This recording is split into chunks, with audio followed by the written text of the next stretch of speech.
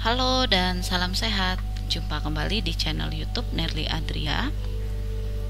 Video berikut merupakan latihan soal dan pembahasannya, di mana soal ini ditujukan kepada siswa SMK Kesehatan jurusan Keperawatan kelas 12, mata pelajaran Kebutuhan Dasar Manusia. Berdasarkan sifat kejadian, luka terdiri dari. Maksud dari soal ini adalah seperti kita ketahui bahwa jenis luka dasar itu terdiri dari beberapa ya. Ada berdasarkan derajat kontaminasi, berdasarkan sifat kejadian, berdasarkan penyebab, berdasarkan kategori luka dan lain-lain. Pertanyaan di sini adalah luka berdasarkan sifat kejadian. Ya, kita lihat sifat kejadiannya. Yang A, luka bersih terkontaminasi, luka kontaminasi, atau luka kotor.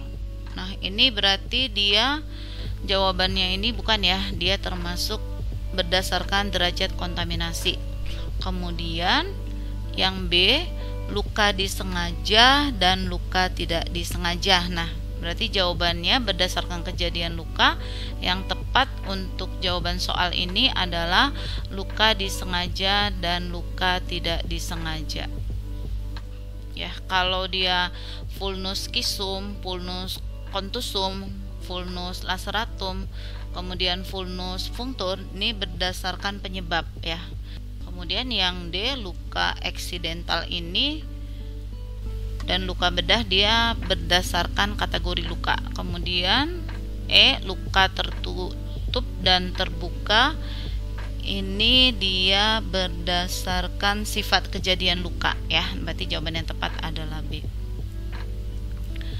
Soal berikutnya, jenis luka yang dialami oleh seorang klien atau pasien berupa luka cedera yang tidak disengaja seperti kena pisau, kena tembak, luka bakar, di mana biasanya tepi luka ini bergerigi dan berdarah dan tidak steril.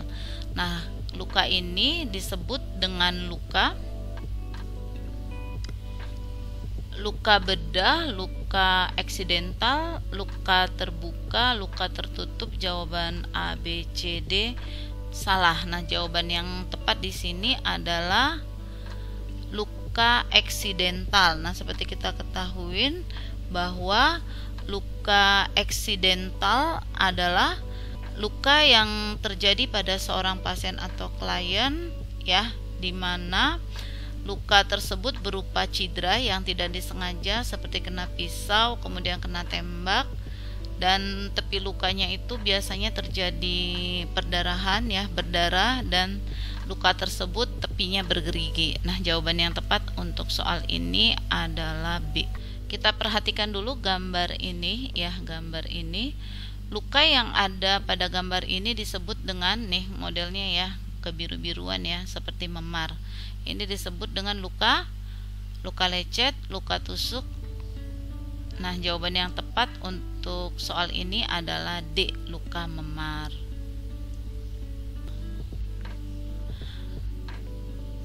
Lapisan kulit yang mengandung pembuluh darah, pembuluh limfe, kemudian ada gelembung rambut, kelenjar lemak, kelenjar keringat, otot, dan serabut saraf ya, serabut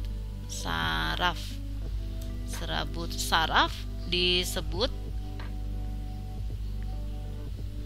epidermis, dermis, subkutan, kelenjar minyak, lapisan pembuluh darah. Nah, jawaban yang tepat untuk soal ini adalah B, lapisan dermis. Fungsi dari alat tersebut dalam perawatan luka adalah A, menjepit jaringan saat tes anestesi dan pada saat penjahitan. Kurang tepat ya. Kemudian B, memegang jarum pada saat penjahitan luka. Yang memegang jarum adalah nalpuder ya. Menjahit luka juga nalpuder. Membentuk jaringan, kurang tepat ya. Kemudian E, menjepit jaringan kulit dan bahan medis lainnya. Bahan medis lainnya di sini bisa digunakan seperti menjepit kasa ya, kemudian menjepit depers ya. Nah, jawaban yang tepat untuk soal ini adalah E.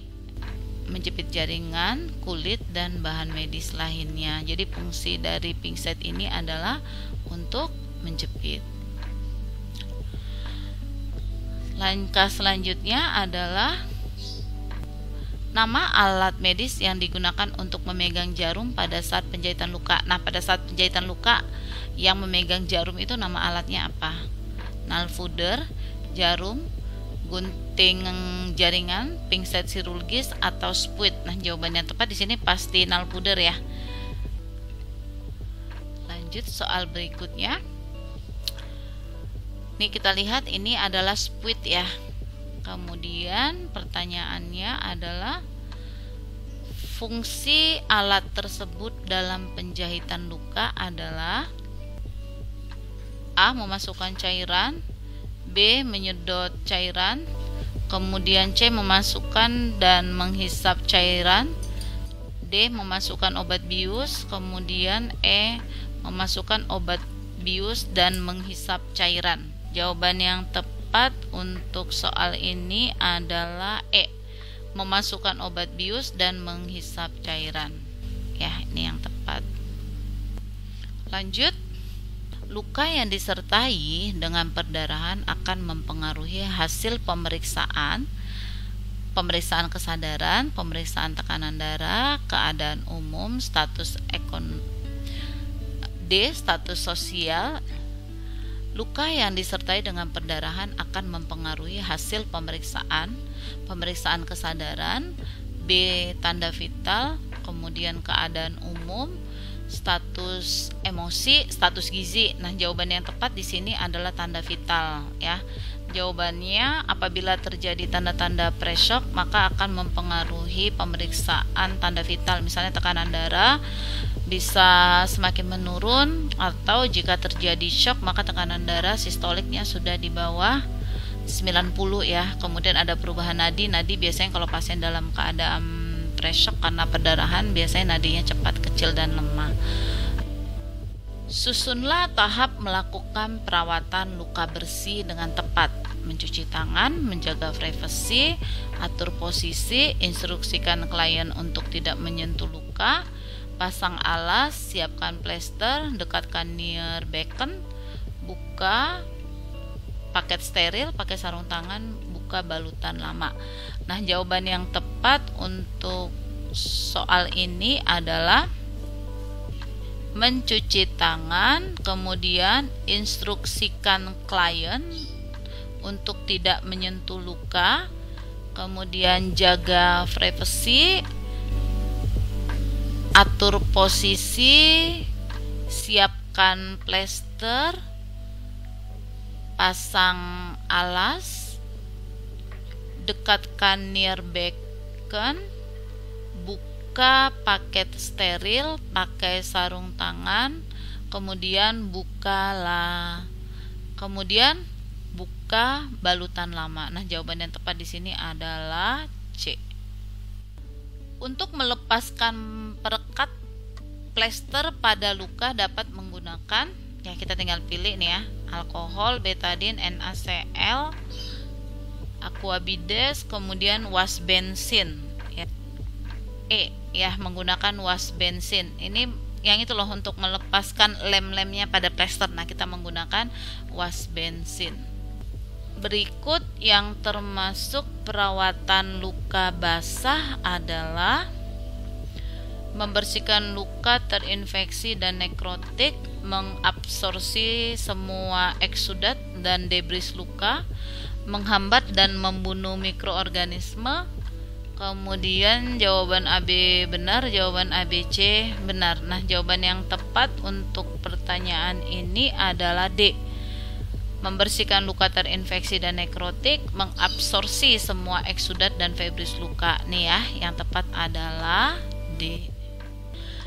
Hilang atau rusaknya sebagian jaringan tubuh yang disebabkan oleh trauma benda tajam atau tumpul, kemudian terjadi perubahan suhu, zat kimia, ledakan, dan sengatan listrik atau gigitan hewan disebut. Nah, ini merupakan pengertian dari apa ya?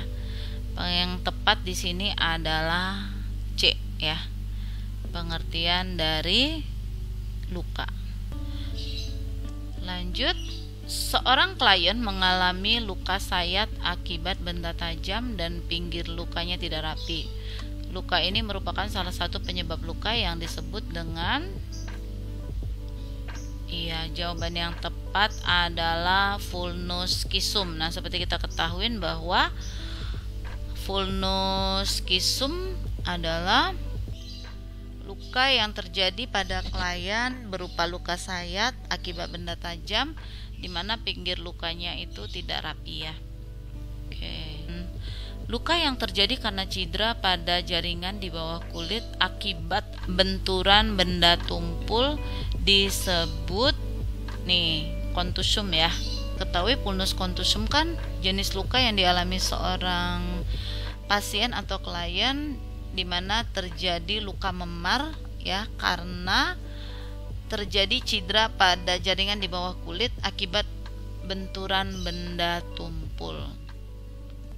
Oke, pertanyaan berikutnya, berdasarkan kedalaman jaringan yang terlibat ya, ini merupakan jenis luka dasar ya. Tadi sudah saya sebutkan jenis luka dasar kan ada berdasarkan kategori luka, berdasarkan sifat kejadian. Nah, ini dia berdasarkan kedalaman jaringan yang terlibat. Di sini biasanya jenis luka yang dialami seorang klien atau pasien yang hanya terjadi pada jaringan epidermis disebut, nah seperti kita ketahui kalau dia terlibat itu kan terdiri dari beberapa, disebut dengan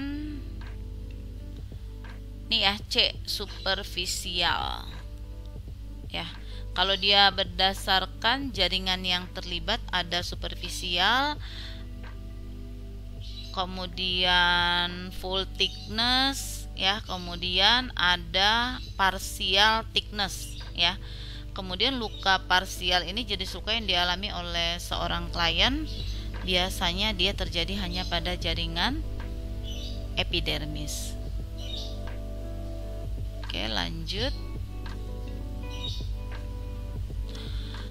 Suatu kondisi terjadinya penurunan suplai darah pada bagian tubuh akibat obstruksi dari aliran darah disebut iskemia ya. Iskemia ya. Nah, jawaban yang tepat adalah iskemia ya. Karena iskemia itu merupakan suatu kondisi penurunan suplai darah pada bagian tubuh yang diakibatkan karena obstruksi dari aliran darah. Kemudian kalau hematoma ini adanya bekuan darah di dalam. Kemudian kalau hematoma adalah bekuan darah ya.